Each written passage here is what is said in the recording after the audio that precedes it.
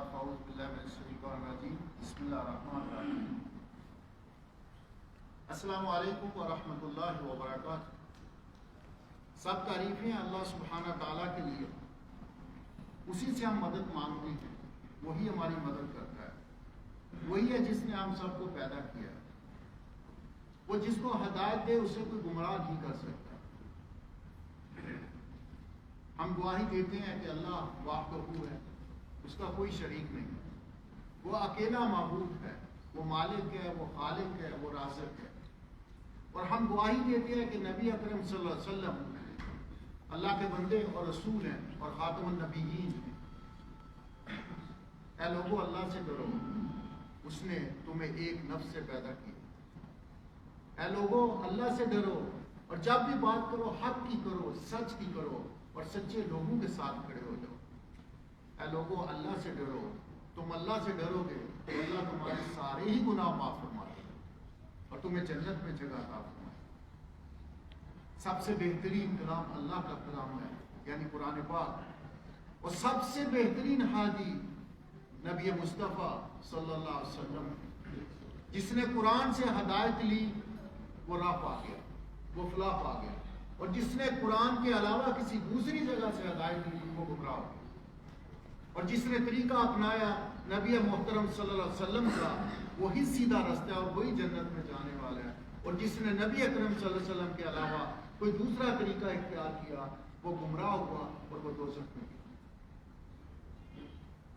شیخ صاحب نے آج جو موضوع منتخب کیا وہ ہماری زندگی کا ایک سب سے کڑوا سچ ہے۔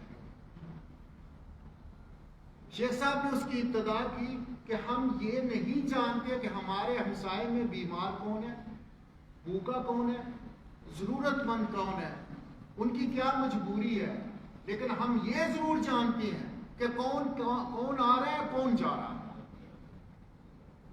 ہم لگائی بجائی میں تو استاد ہیں، ماسٹر ہیں، بنا دیکھے بنا سمجھے کسی پہ کچھ بھی الزام لگا دیتے،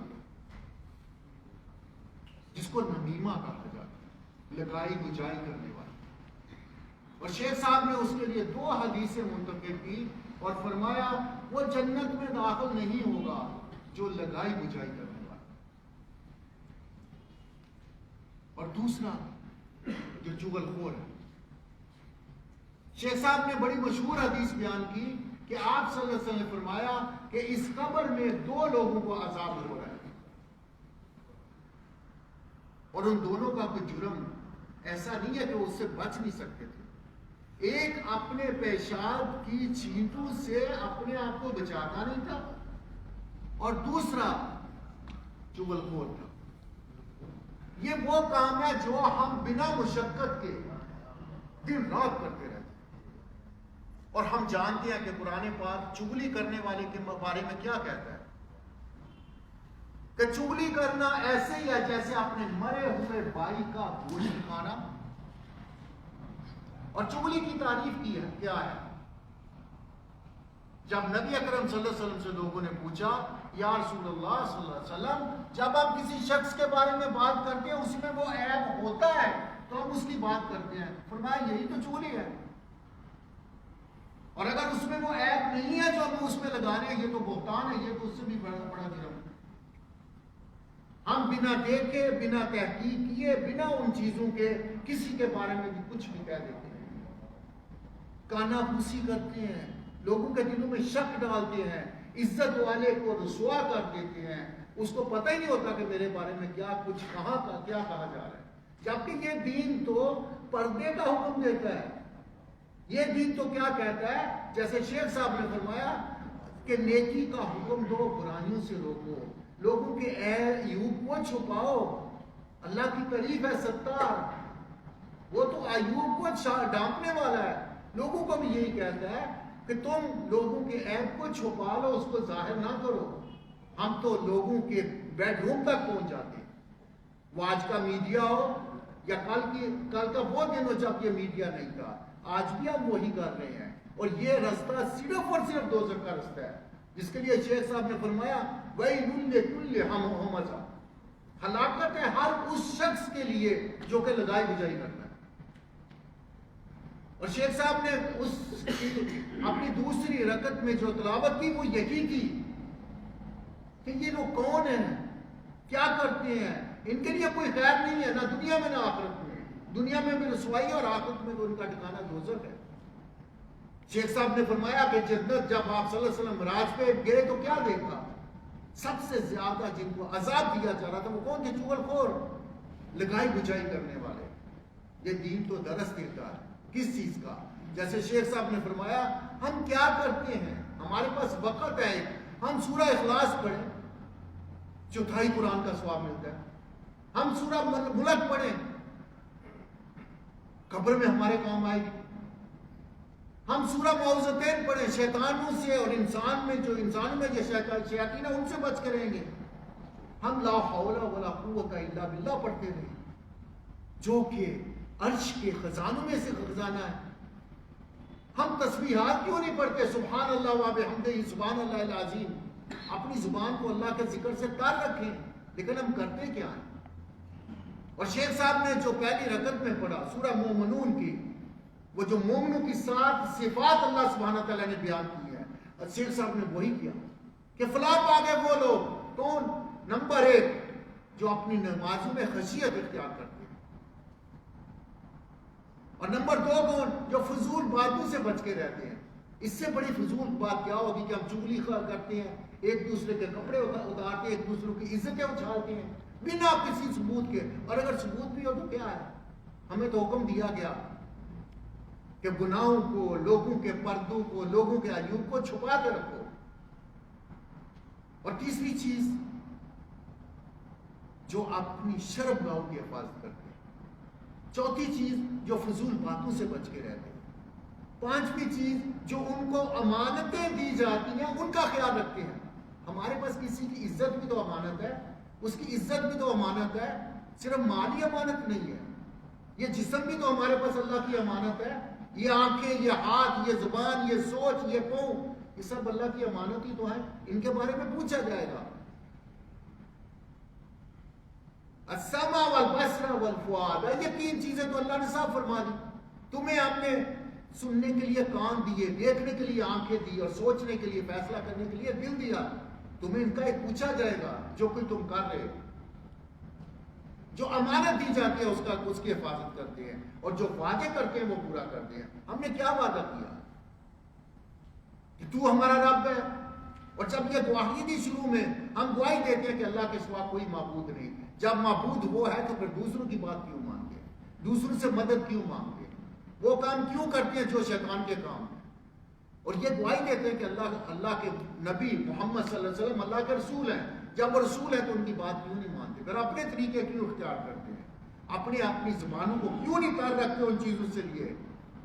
لوگوں کو رسوا کرتے ہیں، اشاروں سے، کنایوں سے، آنکھیں مار مار کے باتیں کرتے ہیں، اشارے کر کر کے ان کے بارے میں بات کرتے ہیں، اور اللہ سبحانہ تعالیٰ نے قرآن پاک میں ان لوگوں کے لیے صاف بتا دیا کہ ان کا ٹھکانہ کون سا ہے، دوزخ۔ جو لگائی بجائی کرتے ہیں، جو اشارے کرتے ہیں، جو آنکھوں سے اشارے کرتے ہیں، اپنے ہاتھوں سے اشارے کرتے ہیں، اور کبھی سر سے اشارے کرتے ہیں۔ شیخ صاحب نے ان کی ساری چیزیں بتا دی۔ لوگوں، تم سب مسلمان، اور مسلمان آپس میں بھائی بھائی ہیں، بھائی تو ایک دوسروں کی عزتوں کے رکھوالے ہوتے ہیں۔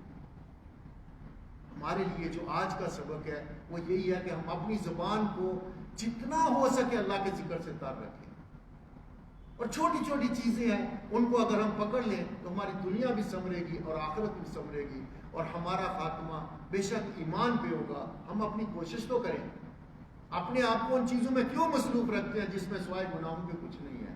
اور اگر گناہ نہیں بھی ہیں تو کم سے کم وقت تو ضائع ہوتا ہے، اس وقت کے بارے میں تو پوچھا جائے گا کہ تم نے کیا کیا، تمہیں جوانی دی، تم نے جوانی میں کیا کیا، تمہیں وقت دیا، اس کو کہاں استعمال کیا، جو صلاحیتیں دی ان کو کہاں خرچ کیا، جو کمائی کی کہاں سے کی اور کہاں خرچ کی، ان کے بارے میں تو پوچھا جائے گا۔ دوستو، ہمیں اسی چیز کو سوچنا ہے، اسی کو سامنے رکھنا ہے۔ یہ دنیا ہم سوچے کہاں سے شروع ہوئی تھی۔ آج جب یہاں بیٹھے کل کی باتیں کرتے ہیں، کل کو یہاں بیٹھ کے ہماری باتیں کرے گا۔ اپنے لیے کم از کم وہ چھوڑ دیں کہ ہمارا ذکر خیر سے ہو، نہ کہ ان لوگوں کی طرف ہو جن کے لیے سوائے لعنتوں کے اور گالیوں کے اور برے القاب کے کچھ نہیں کرتا۔ اور اگر دنیا میں کوئی نہیں بھی ہمیں جانے گا تو اللہ اور اللہ کی مخلوق تو جانتی ہے کہ کون اچھا اور کون برا ہے۔ اپنی چیزیں چھوڑ کے جائیں. سبحان ربک رب العزت عما یصفون وسلام علی المرسلین والحمد للہ رب العالمین. اللهم انک انت السلام منک السلام وعلیک یرجع السلام وحینا ربنا بالاسلام وادخلنا دار السلام. اللهم صل علی سیدنا مولانا محمد وعلى آل سیدنا محمد وعلى اصحاب سیدنا وبارک وسلم علیہ. ربنا آتنا فی الدنیا حسنۃ وفی الآخرۃ حسنۃ وقنا عذاب النار. ربنا هب لنا من ازواجنا وذرياتنا قرۃ اعین واجعلنا للمتقین اماما. یا الہ العالمین ہماری کوششوں کو قبول اور مقبول فرما. یا اللہ ہمیں اس راہ پہ چلا جس راہ کو تو پسند کرتا ہے. یا رب العالمین اس راہ سے بچا جس کو تو ناپسند کرتا ہے. یا اللہ ہمارے ماں باپ، ہمارے بہن بھائی، ہمارے ازواج، ہماری اولادیں، ہمارے رشتہ دار، ہمارے اساتذہ، ہمارے مسلمان بھائی بہنیں مائیں بیٹیاں جو اس دنیا سے چلی گئی ہیں، یا اللہ ان سب کے گناہ معاف فرما کے ان کو جنت الفردوس میں اعلیٰ مقام عطا فرما. یا اللہ ہمارے جتنے بھی بیمار ہیں، جن لوگوں نے کہا ہے دعا کے لیے اور جنہوں نے نہیں کہا ہے، یا اللہ ان سب کو صحت کاملہ عاجلہ عطا فرما. یا اللہ بے اولادوں کو صاحب اولاد کر دے، جو صاحب اولاد ہیں ان کی اولادوں کو نیک اور صالح بنا. یا رب العالمین ہمیں علم عطا فرما اور عمل کرنے کی توفیق عطا فرما.